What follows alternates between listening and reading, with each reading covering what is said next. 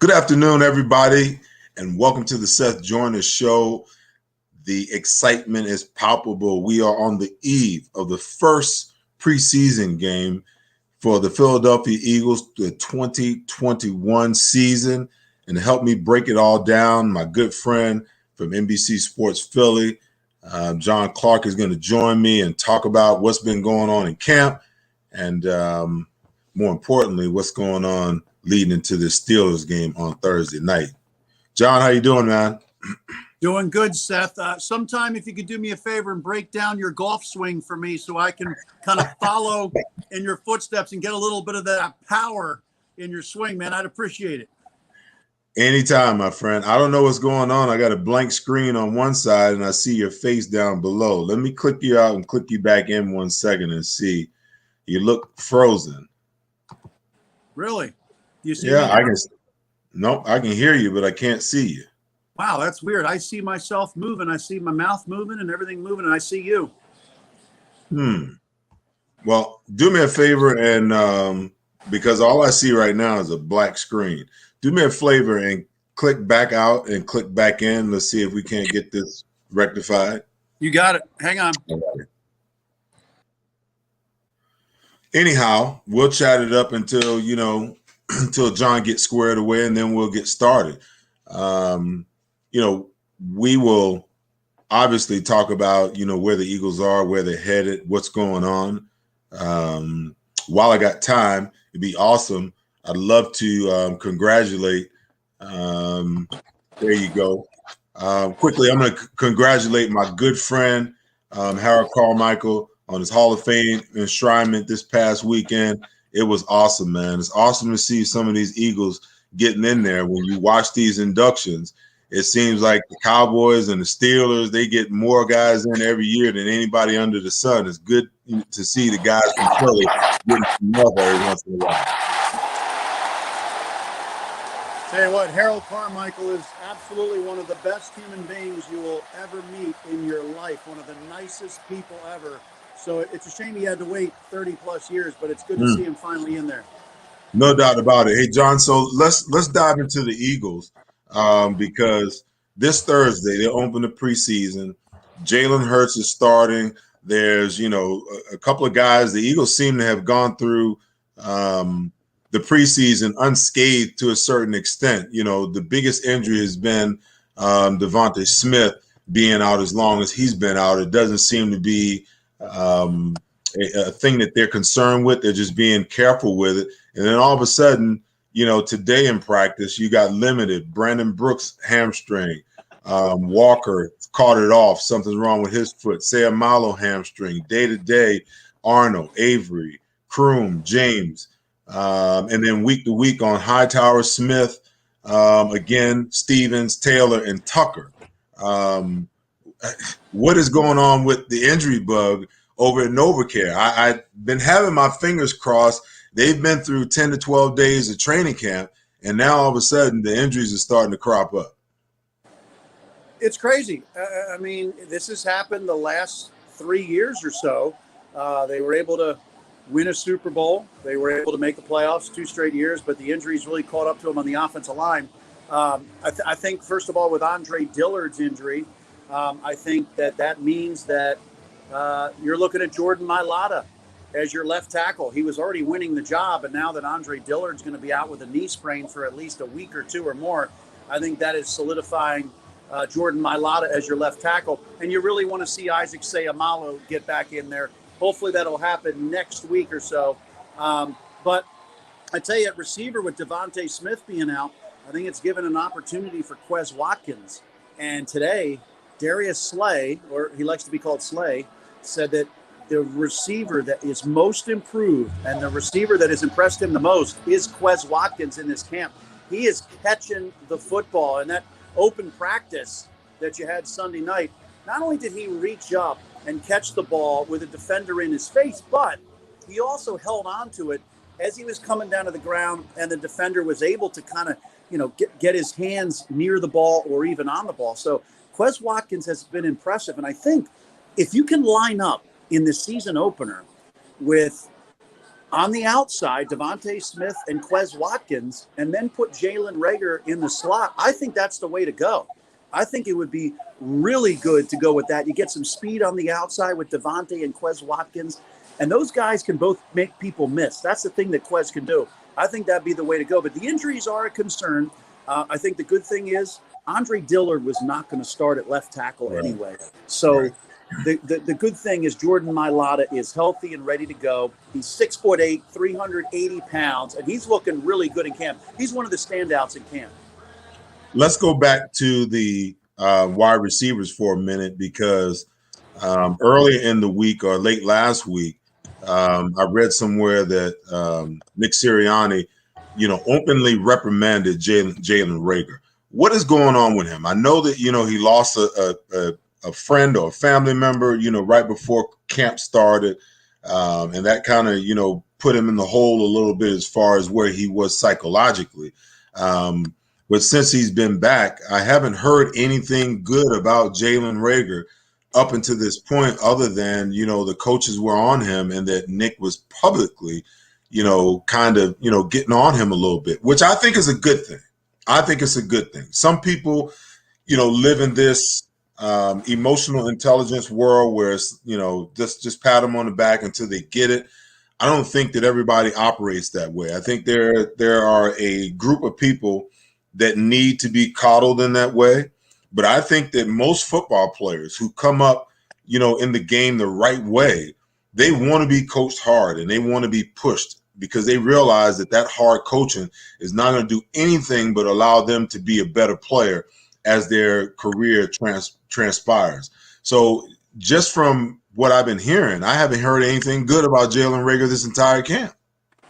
Well, you could say he's had a quieter camp. And I think what you're alluding to is, and I even asked Jalen Reagor this with the hard coaching that he was getting in practice, that when you see Nick Sirianni, the difference now in camp compared to the OTAs, he was not as in your face during the OTAs. And Jalen Reagor even said, wow, he came out of his shell here in training camp and he is on these guys, especially receivers, since Nick Sirianni was a receiver and he was a receivers coach. He is in their grill and he is getting on every little tiny aspect of their footwork, their breaks, and he'll show them how hard he wants to dig into the dirt on the breaks. And if they're not doing it the right way, he gets in their face. And I agree with you. I like that with Jalen Reagor. He really got on Jalen Reagor that day, and he hasn't been afraid to get on the offense. I think if you don't see enough out of Jalen Reagor, you're going to look at Devontae Smith on the outside with Quez Watkins and Greg Ward in the slot. Greg Ward runs really good routes, and he catches every ball. So I think we're going to see in the preseason games, Jalen Reagor, he better step up. If he doesn't, you're going to see the best receivers play. And with Quez Watkins stepping up, you're going to have competition now for those top 3-4 spots. And John Hightower's injured. J.J. Arcega-Whiteside is in the slot a lot. So there's a lot of competition. And I think those starting spots, other than Devontae Smith, are up for grabs. Jalen Reagor does need to show more. I think he's got ability. I do. I think he's got speed, especially when the ball's in the air.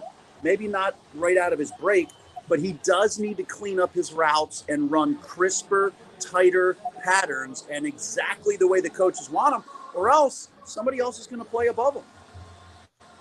Well, it's going to be interesting to continue to watch that, because, you talked about the starting 3 wide receivers being, Quez Watkins, Devontae Smith, and potentially Jalen Reagor in the slot. I heard early on them actually talking about moving Jalen into the slot. What does that mean to, some of the other wide receivers? I know that Hightower is on that list right now. I think he's day to day. The injury bug just does these guys no service whatsoever when they get injured in camp, because it's hard to catch up once you've been out and somebody else has been putting good work on film. But one of the guys that I was really anxious to see what he turned into, or how he would revive himself, if you will, was Travis Fulgham, because I thought that, when they pulled him off the field last year for Alshon Jeffrey at the end of the year, I thought that was a major, major mistake, because you're messing with a young guy's psyche. he's playing some great football. And all of a sudden, because the politics of football, you snatch him off the field and put a veteran in that hasn't played in over a year. How's that going to affect him? And how's his ability, to overcome that and adapt to this new system and this new coaching staff? He's another guy that I was high on that we haven't heard much from this summer. Yeah, and today I saw a pattern that he ran, and I believe it was Darius Slay who basically ran the same pattern with him, and Darius Slay got in the way of the football and almost beat him on the route, basically ran a better pattern than Travis. And look, I agree with you. The whole thing with Alshon Jeffrey playing above him, didn't like to see that. But I think there's also a part of it, and Travis acknowledged it, that he did not take every rep in practice and go 100%. And Doug Peterson alluded to that last year. So that's the thing that Travis Fulgham has to work on, is that every single rep that he gets in practice, he needs to go all out.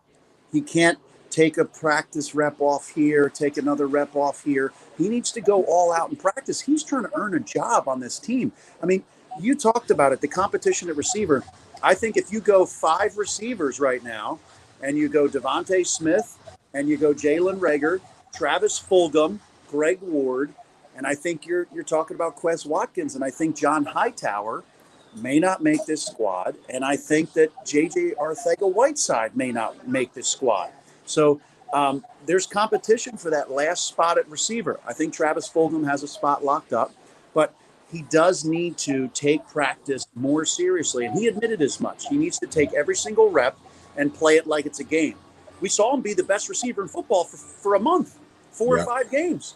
But he needs to show the coaches that he does that every single rep that he gets in practice. I think it's going to be fascinating to see how this plays out at receiver, because you're in practice a lot. You see sometimes they go 4 receivers, and then it's open in the middle for the tight end. Dallas Goedert and Zach Ertz are both being featured heavily in practices. And then you've got running backs, Miles Sanders, Boston Scott, and Kenny Gainwell, who can all catch the ball out of the backfield. And I think you're going to see more of that in Nick Sirianni's offense, because that does come from Indianapolis, throw into the running backs a lot. So there are so many options in this offense. The receivers really need to run their routes. They need to run crisp, good routes and get open, or else that ball's going to go over the middle to the tight ends or even dump it off to the running backs.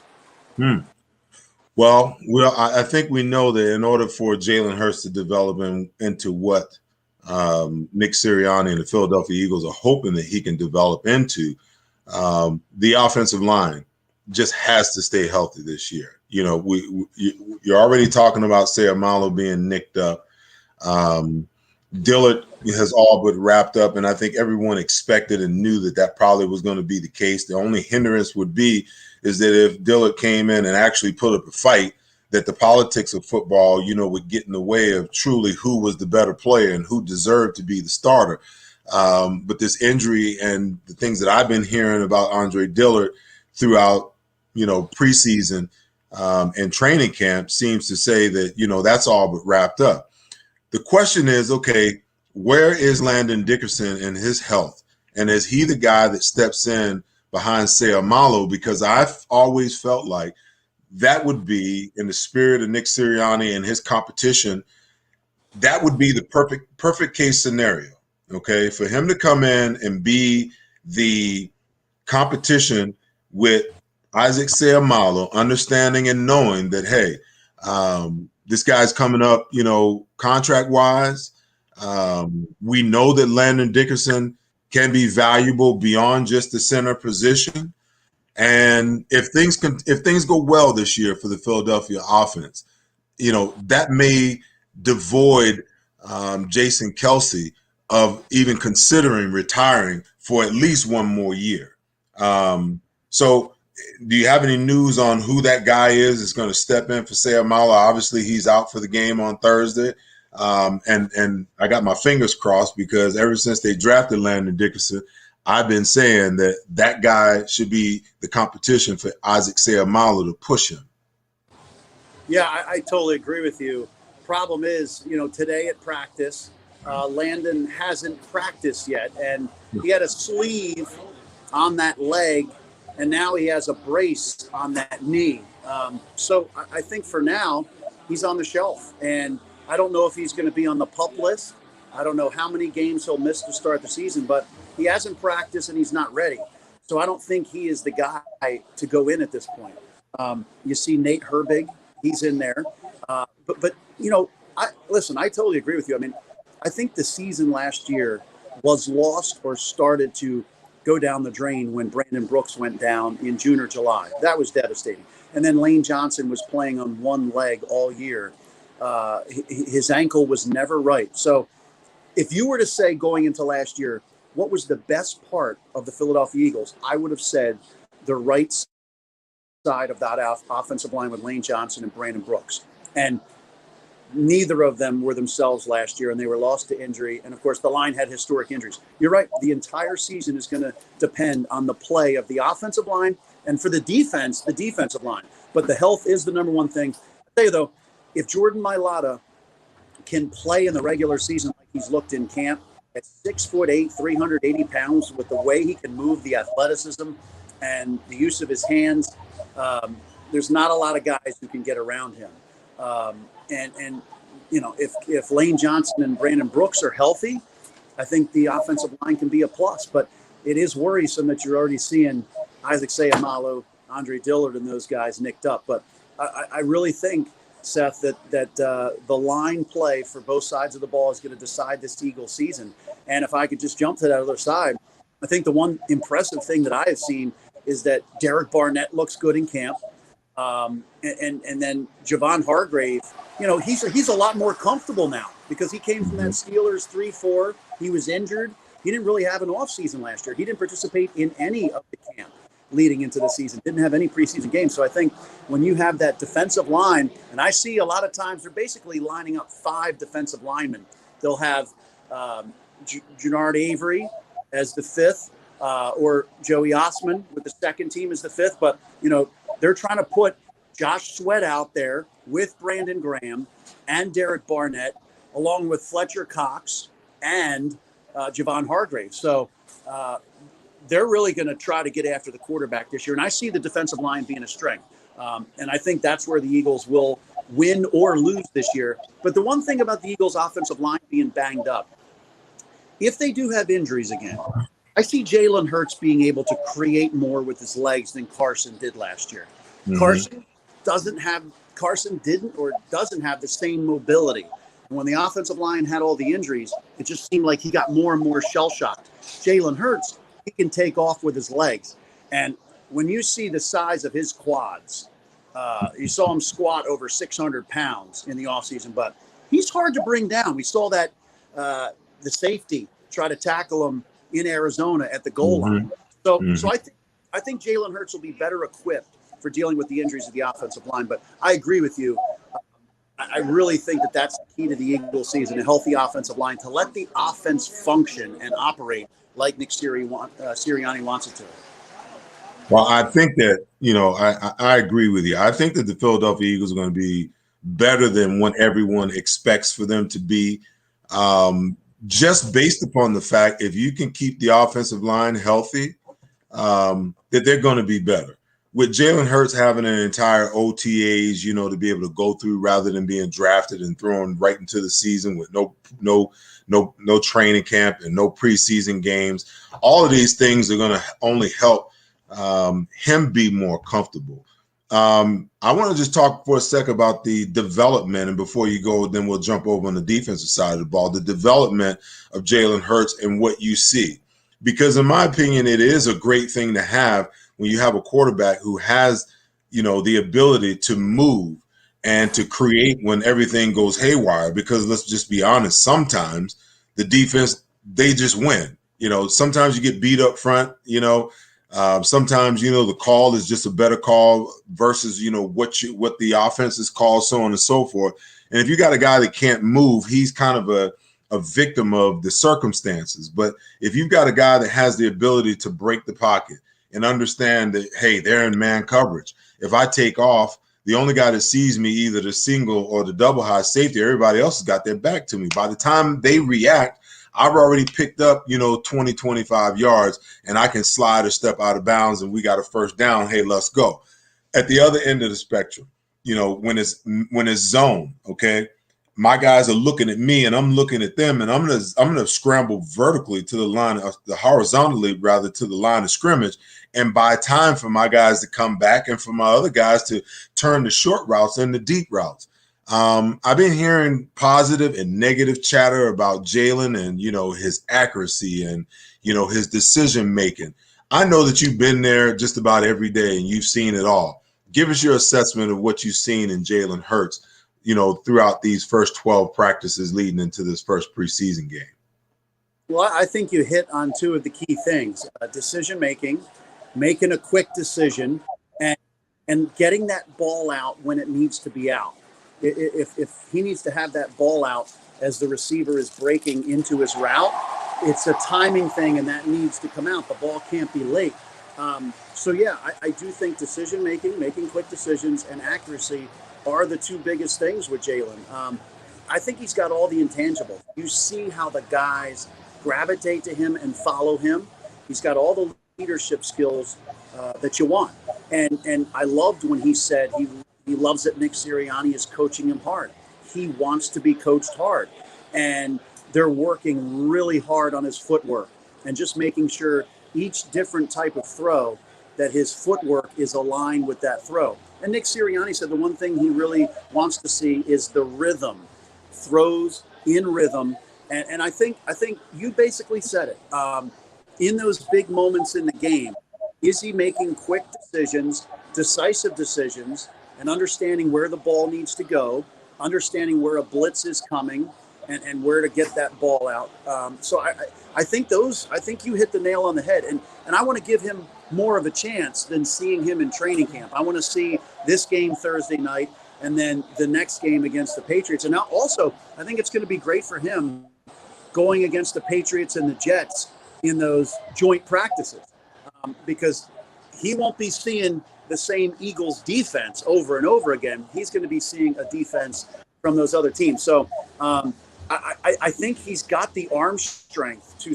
He throws a great deep ball. I think he can make all the throws. The question is the decision making and then the accuracy, consistently being accurate with the football. But I think if they get his footwork down and then they get that ball out quick reads, I think Jalen can be successful. And look, we don't know. We honestly don't know. And that's going to be the really interesting thing about this year, to see if he can be a starting quarterback in the NFL. He had good starts in the first half last year, but then when defenses maybe changed things up or it was a different look in the second half, things really fell apart. They were so productive in a bunch of those games in the first half, but really completely fell apart and almost got shut out in a bunch of those games in the second half. So I want to see more consistency with his accuracy and then the decision-making, where to go with that football, get it out quick, and the timing aspect of everything, more in rhythm and better timing. But I'm going to, I think you're going to give him a chance. I'm going to give him a chance. And it's going to be fascinating to see if he can develop and grow. By the way, Seth, it's amazing to think about this. He talked about this today. This will be his fourth or fifth different offense in 4 years. So, obviously you knew what happened in college, Alabama to Oklahoma, but man, I mean, now it's another offense in the NFL. So it's 4 or 5 different offenses in a span of 4 years. Yeah, it's really amazing, the different offenses that he's been through. And, I'm curious to see, when you talked about, what transpired with him last year, from a defensive perspective, I get it. I understand it. When a team comes out and it has success, if that defense is worth its salt, they've taken those plays and they've dissected those plays, on the iPad or on the Microsoft Surface Pro. And they know, based on formations, what it is that you like to do and what you're trying to do. So sometimes, you get a young quarterback that has success in the first half and they come back and they roll coverage against that same play, in the second half. Now, all of a sudden, the look's not there and he snatches it down and he takes off. But to your point, that's part of the entire growth process. And we don't know how much Jalen actually grew last year, under Doug Peterson. because you only grow by experience, and all of those times throughout the year where he had opportunities to put him in and give him a series here or a series there, or maybe even a quarter because Carson was struggling, he continued to make the decision to put him in for a play and use him as a decoy or run, wildcat with him. So by the time he was inserted in the game, how do we even know how much of the offense, he really, understood? How many adjustments could you make, at halftime or in between series on the sideline with a young quarterback that's really playing in the NFL at the highest level for the first time in his career? But I would bet, and yes, he loves to be coached hard because that's the way he's always been coached. His dad coached him that way. Nick Saban coached him that way. I'm pretty sure, Lane Kiffin coached him that way. And then, when he goes to, Oklahoma, he completely transforms, within one offseason, his entire throwing motion and his ability to throw the ball, and sets the college, world on fire in 1 year. So I've got confidence that the guy can do it. I just want to see his ability to adapt. Because, when you're playing in the NFL, it's not just, you getting to play and running the play. As a quarterback, you got to decipher what's going on around you. A play that you might have open in the first half, in the first quarter, may not necessarily be there in the second quarter. And your ability to decipher that change on the other side of the ball, to take that away because you've had success, can be the difference between you showing, hey, I had the wherewithal to be the guy, and you showing, hey, maybe I don't. Maybe this team needs to think about, another quarterback, come April. Yeah. And I think you make great points there. And just, I always try to remember last year, he didn't have preseason games. And Carson Wentz was basically getting all the reps with the first team. And it was Carson Wentz's offense. The offense was designed for Carson Wentz. So when Jalen steps in there for the last month and a half or so of the season, he's basically getting first team reps for the first time, and they probably didn't explore all the things that they could possibly do with Jalen because he's trying to adjust to the offense that they were running. And so now he gets a full camp. He had full OTAs. And I got to tell you, he put in the work in the offseason. He spent a lot of time in Florida, Texas, and different places with all of his offensive weapons. Miles Sanders talked about how much they worked out in the offseason, Jalen Reagor. So he has put in the time, and he is learning this offense, and he actually gets all the first team reps in this camp. And I think that's huge because you see him working his way through it. You see him adjusting and learning on the fly. And a lot of these plays that Nick Sirianni has were installed for the first time. They're running them for the first time in this camp. So it is going to be really fascinating to see these first couple preseason games, just to see if there can be some sort of rhythm and move that ball and not have some of the penalties that they had in the open practice the other night. Well, listen, we know that there's going to be highs and lows, ups and downs throughout this entire process. Before I let you go, I just want to jump over on the defensive side of the ball. I want to touch on something that you talked about, the five-man front. I was reading some quotes from John Gannon a couple of days ago, him talking about, because I guess everybody in Philadelphia wants to know, what kind of defense are we running? Are we going to be attacking? Are we going to be bend but don't break? Are we going to be sticks like last year, where, we're just like miffed that, we never bring any pressure? And Gannon said, we're going to run a lot of looks, which I told people that entails, you're going to get some three-man looks. When you take a guy like Avery and a guy like Barnett, who have the ability, to be decoys, you may think that they're coming from one direction, and you create protection issues, and then you drop them off and you bring pressure from the other side.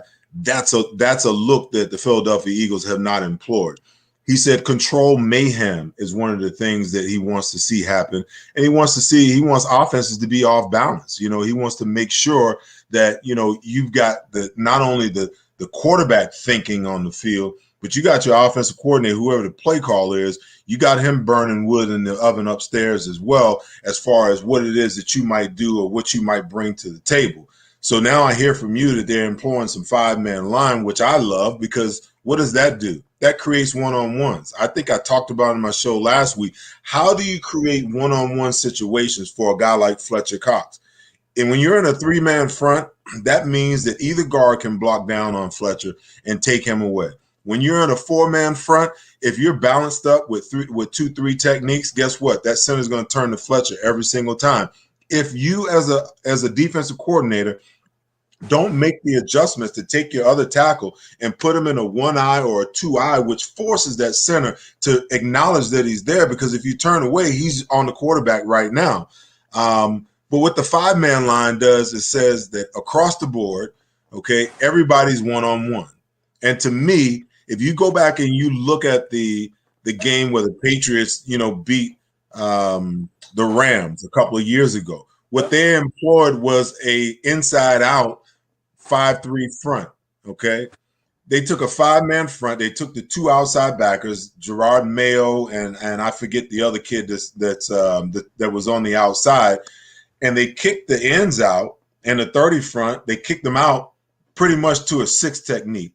And they took the linebackers and put them in over the guards. So everybody was covered. And they started running these games, and the offensive line couldn't pick it up. Consequently, they kept Jared Goff under pressure all day long.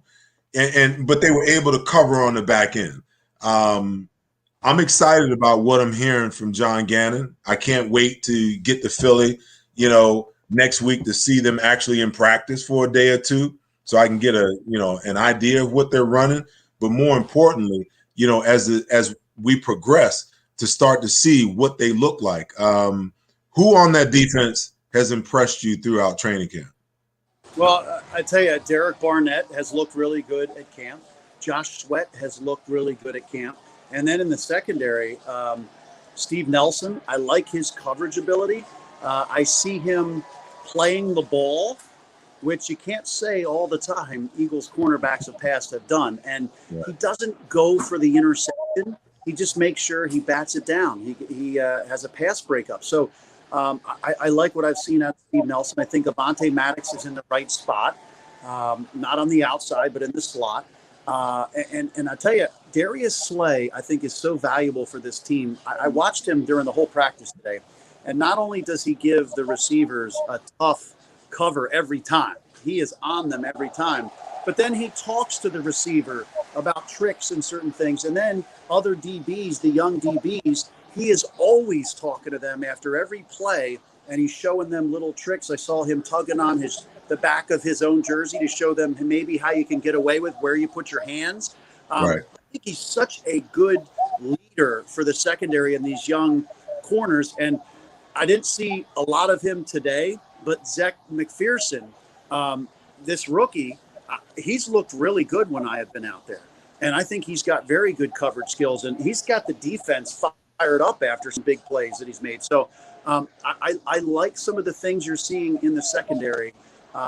If Steve Nelson can hold down that other end, I think that those are the two most important parts: getting pressure and then coverage. And I think one thing with Jim Schwartz, I liked Jim Schwartz for the most part as a defensive coordinator. He kept them in games, giving up 17 or less most of the time. But in some of those games towards the end last year, when he is continuing to play man defense, and he had some corners coming off the street, I didn't think that was the right defense. So I think what you're seeing from Jonathan Gannon, you're playing some more zone, and maybe you got the two deep, cover two. I like that. I think that's the way to run this defense. And you said the different looks with the fronts. So I think you're going to see more changing up of the defense and adapting than Jim Schwartz. Not to take anything away from Jim Schwartz, because he certainly had a lot of injuries, but I didn't see him change it up sometimes because of those injuries. And I think Jonathan Gannon is going to show you a lot of different looks and play to the strengths. I mean, if your strength is you have a bunch of these guys on the line that can get after the quarterback, and then you've got the big guys, Fletcher Cox in the middle and Javon Hargrave, who can hopefully provide pressure up the middle, go with it. And I love those looks. John, I'm going to stay true to my word. I'm going to let you run, man. That's 30 minutes, man. I appreciate you, my friend. I know you're at the Phillies game. They're going for 9 in a row, sitting atop of the division. enjoy, and I'll be looking post game, at your Twitter feed to see how it all wind up. You got it. Look forward to seeing you back in Philly. Thanks for having me on. You got it, my friend. Take care. Well, that's John Clark, guys. We got a little technical issues today, and some of you guys have been firing some questions here. For some reason or not another, we're not live on Facebook like we normally are. You guys are here on. You guys are obviously here on YouTube, and I appreciate it. But half of the family is MIA. I don't know what happened, but I think what we're going to do is we're going to figure out a way to get this at another time sent over to Facebook. So let's jump into some of the questions that we still have up on the board, and you guys can keep firing away. We got about 20 minutes before the show ends, and we'll jump into some of these questions. So Kyle wants to know, he says, I hear Hurts isn't playing well in practice. Is it mechanics, or does he not understand the playbook and look lost, or both? Kyle, I'm not so sure who it is that you're getting your information from. If you've been watching, and, I saw your question pre-show, and it was one of the things that I wanted to know from John, since I hadn't been, in practice yet. That doesn't seem to be the case. I think that, from day to day, Jalen's going to have, some great days, some up days, some down days. Listen, he's, for all intents and purposes, he's still a rookie quarterback. But I think in time, they will rectify it all. I think that he has all the potential and all the ability to get done what this organization needs for him to get done. But what we keep hearing about is footwork. I cannot express to you how important it is for any athlete to have great footwork in what they do, especially, when you're a quarterback and you're throwing the ball and you're trying to get the ball to a specific area accurately. If your footwork is off, it's going to affect every other part of your body. So these are the mechanics that you keep hearing about. Is his feet aligned the right way so that his hips can open and fire, and allow his arm strength to be utilized the way it needs to be utilized. I don't think, John Clark alluded to it, just a little while ago. This is his fifth or sixth different offense that he's learning in the last 5 or 6 years. I don't think picking up a playbook is one of his issues or one of his problems. I don't think it's one of the problems at all. There's no way that he's winning national championships with Alabama if he's having problems picking up the playbook. There's no way he's coming in and saving Alabama when Tua gets hurt in the SEC championship if he can't understand playbooks. There's no way he's going to Oklahoma and setting the NCAA on fire with 1 year of work under Lincoln Riley if he does not understand playbooks. So let's put that aspect of it to rest. But like I said, I'm not sure where you're getting your info from, but the people that I know that are there on a daily basis that I've had conversations with, they feel like he's moving in a positive direction. He's still got work to do, not a finished product, but he's moving in a positive direction. Jersey Dolphin wants to know, have I ever had Howard Eskin on as a guest? Yes, I have. I'm sure, as this season progresses, we'll have him on again. If you go to the YouTube channel and you scroll through, you will see I did have Howard Eskin on with me, I want to say at the end of the season last year, or maybe even the early part of the off season. It was a much more docile encounter than I anticipated. But yes, I have had him on. All right, let's see what else we got. So Jay wants to know, you must not live in Philly. John Clark, who is this John Clark? What's up? John Clark works at NBC Sports Philadelphia with me and Fox 10. as well in Philadelphia. He's one of my colleagues. He's been, a sports reporter in Philadelphia for years, and a guy that's at practice almost every single day. If you want to follow him on social media, he'll give you updates and things of that nature because he's always at practice, Jay. All right. Let's see.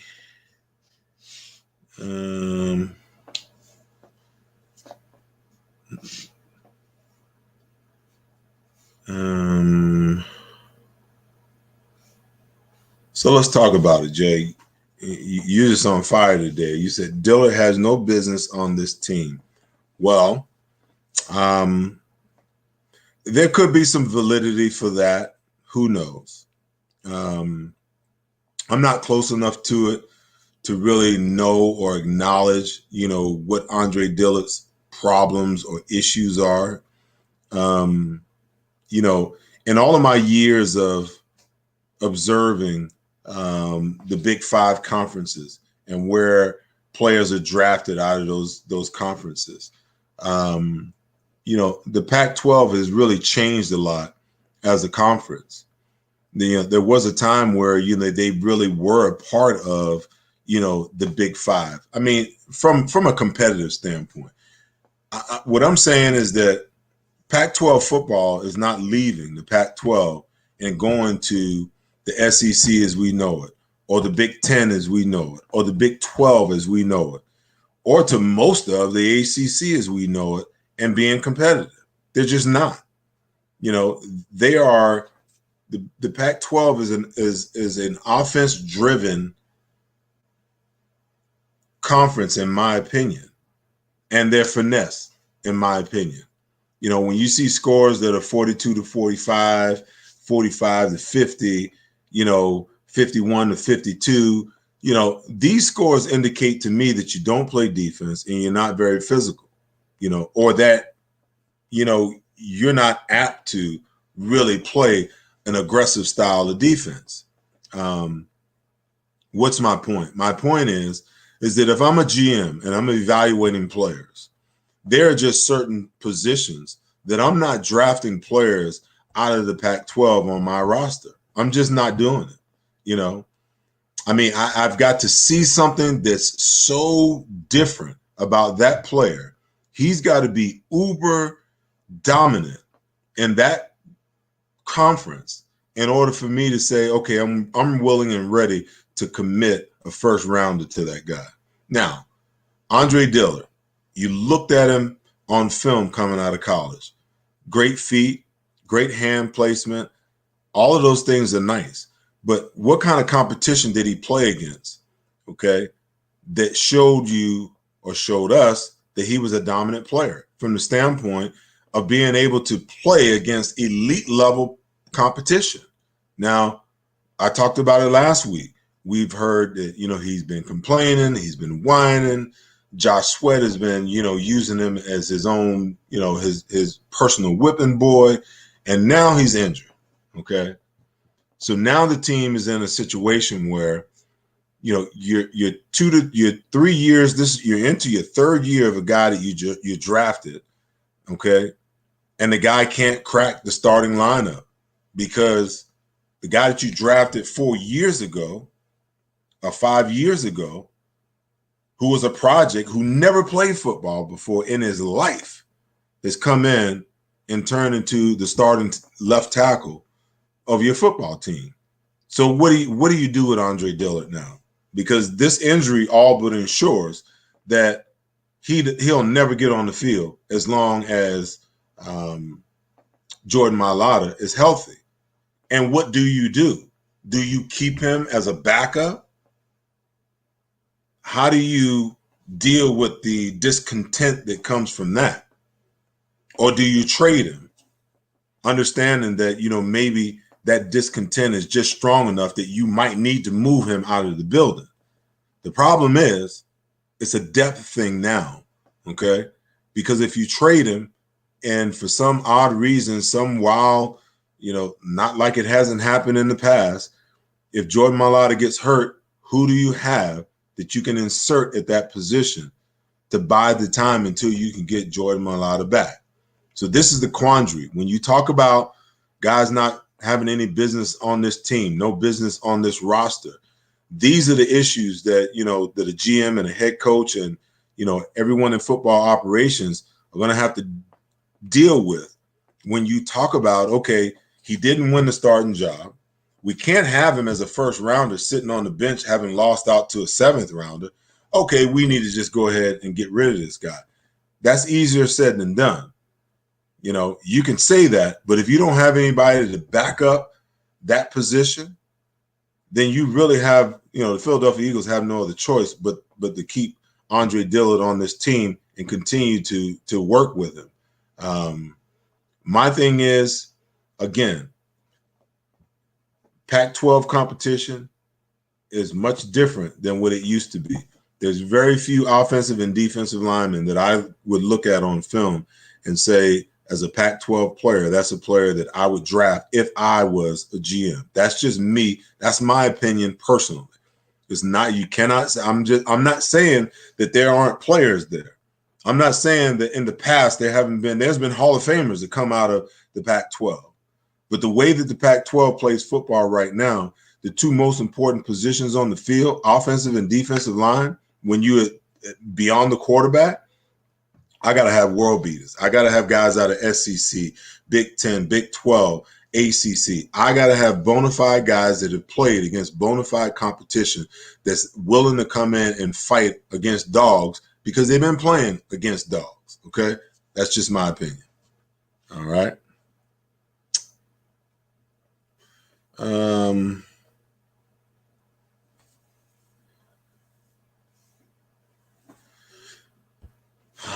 Lumen Jones says, yeah, he can't anchor. I'm assuming, you're talking about Andre Dillard here. Might be another fireman, Danny. Well, hey, listen, one of the big issues with having great feet sometimes is the fact that, you rely on your feet way too much, especially, from an offensive lineman's perspective. If you can stay in front of a guy, you have a much better chance at getting that guy blocked. But the problem is when you rely just on your feet rather than an overall technique, guys are shifty enough and smart enough to get you on the move. And then once they can get your shoulders turned inside or get your shoulders turned outside or get you leaning forward because you're relying on your feet, now they begin to use their hands to manipulate your body size and your body mass. That's just a part of being a good pass rusher. His inability to understand that when he needs to just sit down, at some point in time, you can only kick, I would say, depending on what the drop is like, you can't kick any more than 2 to 5 times before you have to sit down. Because the quarterback, if this is my outside and the rush is coming from my left, that means the quarterback is sitting on my right on the inside. So at some point in time, the pass rusher has to come through me, or he's got to turn my body so that he can get around me. If Andre Dillard's feet are good enough to keep people in front of him, at some point in time, he's got to learn, okay, now sit my behind down, anchor, and make the guy come through me. If he wants to run up the field and run him right by the quarterback and keep running him by the quarterback. If he wants to take the inside route right off the jump, then just lay on him, smother him, But I can almost assure you, without not having been in camp and seen everything that's going on, what Josh Sweat is doing is he's playing the dance with him, okay? And he's setting him up. If Josh Sweat is beating him like this on every single play, then I can assure you what's going on is that he understands that Andre Dillard's got good footwork. Now it's just a matter of, okay, how can I get his shoulders turned? How can I get his hips out of position so I can dominate him? So you give him the allure of a speed rush, and the minute that he turns his shoulders and the minute that his hips turn, now you can convert it to power. And now he's just running Andre Dillard over and making him look like, he's a man playing amongst boys. Well, Andre Dillard's got to figure that out. and that's more the reason why I said what I said in answering my last question is that, some of these things you either possess, some of these skills you either possess by the time you get to this point or you don't. All right. Let's see.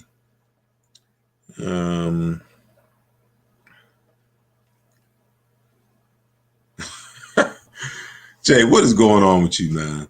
If JJ Arthega-Whiteside makes the roster, I'm going to get arrested. Well, hey, listen, stranger things have happened. Part of the decision-making process is going to, come down to how he plays in the preseason. And I would imagine he's going to get quite a bit of playing time for them to make that decision. You mean to tell me that if this guy begins to flourish in the preseason and finds a way to make this roster and continues to progress and get better, you're going to have a problem with that?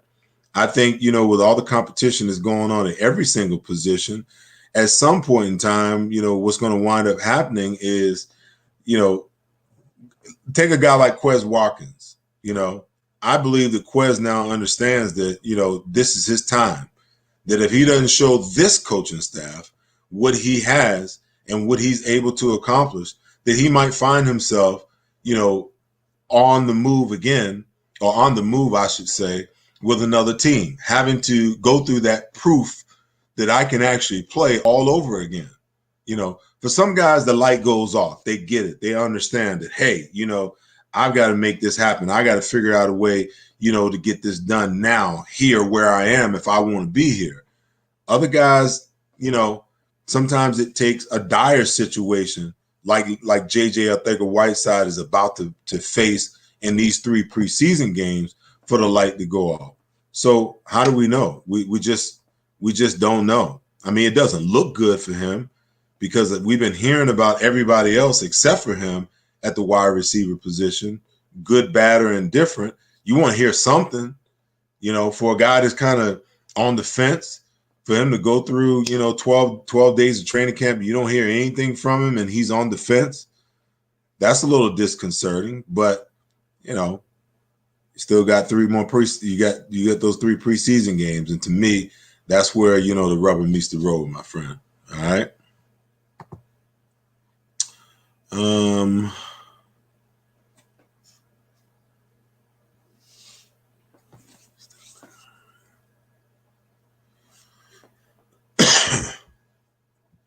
Well, Jay, you just on a roll, man. So how about to take a step back already deciding who plays week in and week out? Well, listen, we already know that that's where this is headed and that this is what it is. There are some guys that are, that have already because of injury that are going to be out, but, like under Doug Peterson's tutelage, I think also, they're going to protect some players. You have no other choice but to play Jalen Hurts because you got to give him reps, you got to give him experience, and you got to give him opportunity, to show what it is that he can do. He can only do that in game type situations. So he's going to play. But it wouldn't shock or surprise me to see guys like Jason Kelce, guys like Brandon Brooks, who's got a hamstring issue right now already, guys like Lane Johnson play minimal reps. And I can tell you, I know that Brandon Brooks is going to want to play at some point in the preseason. I know that Lane Johnson is going to want a few reps here and there. Players want to play. But organizationally, there's this sentiment nowadays that, hey, we got to save our guys and get to the regular season. I've said it before. I'll say it again. What's the difference between you having a player that gets hurt, in the second preseason game and a player that gets hurt in the first quarter of the first regular season game? Your options are the same. There is an inherent hazard that goes along with playing the game. That's called injury. And it can happen anytime, anywhere to any player. If you go back and you understand the injury that Devontae Smith is now dealing with, is not because somebody hit him or somebody fell on him or he tripped or somebody rolled him up. He was just running a route. and just stepped the wrong way or twisted the wrong way, and now he's got an injury. Listen, that's the nature of the game. And I'm one of the people that believe the more that you try to protect against injury, the more injuries that you incur. All right. Let's see. Who else we got?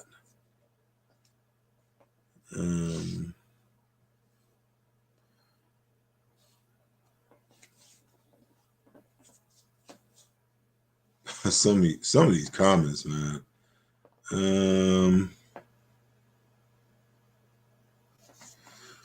All right, Jay. Jay wants to know, he says, I hope these coaches teach these receivers to be on point with Hurts on breaking off hot routes.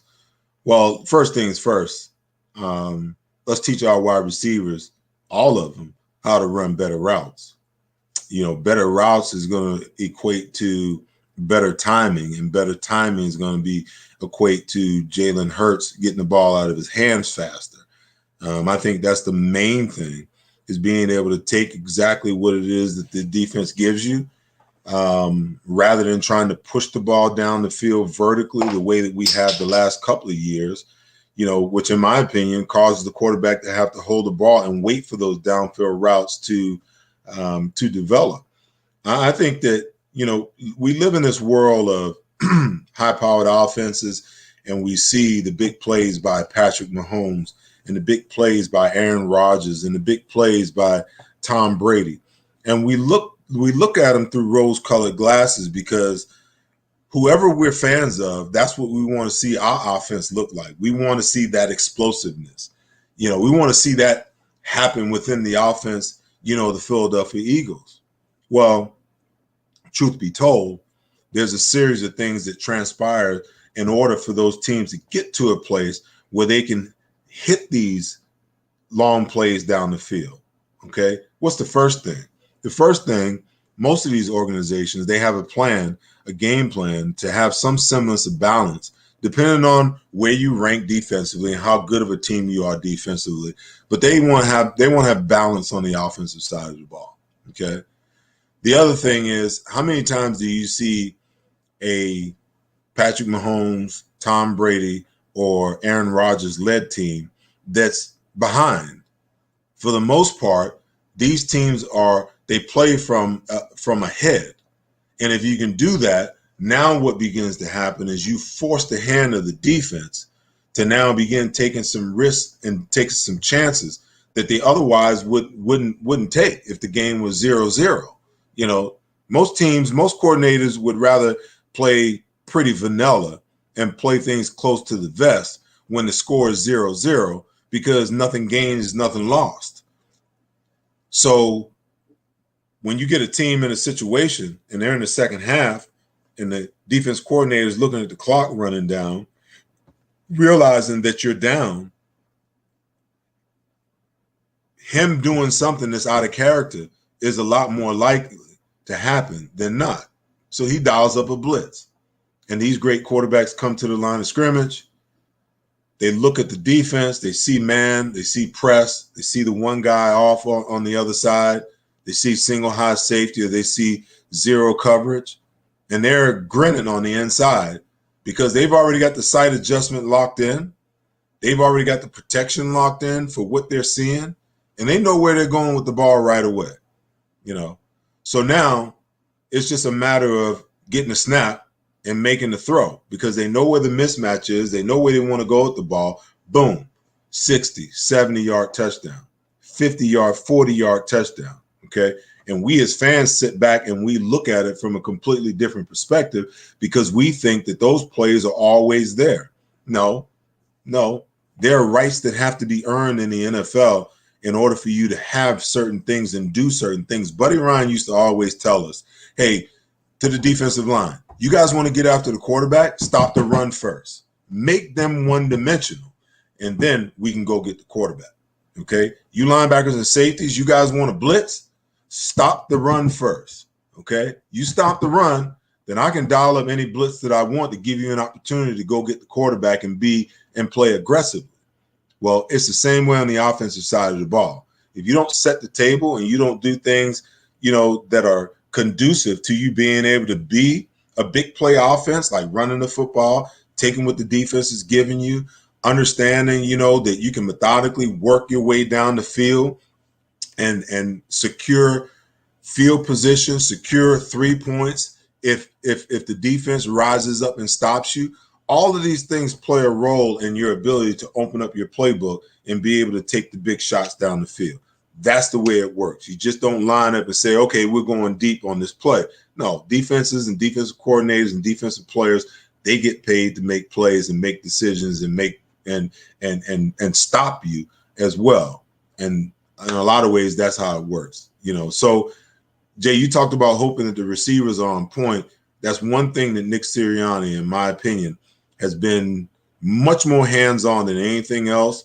He's been hands-on with A, Jalen Hurts' footwork, and B, with the wide receivers running the right type of routes so that they can throw timing routes that opens up everything else.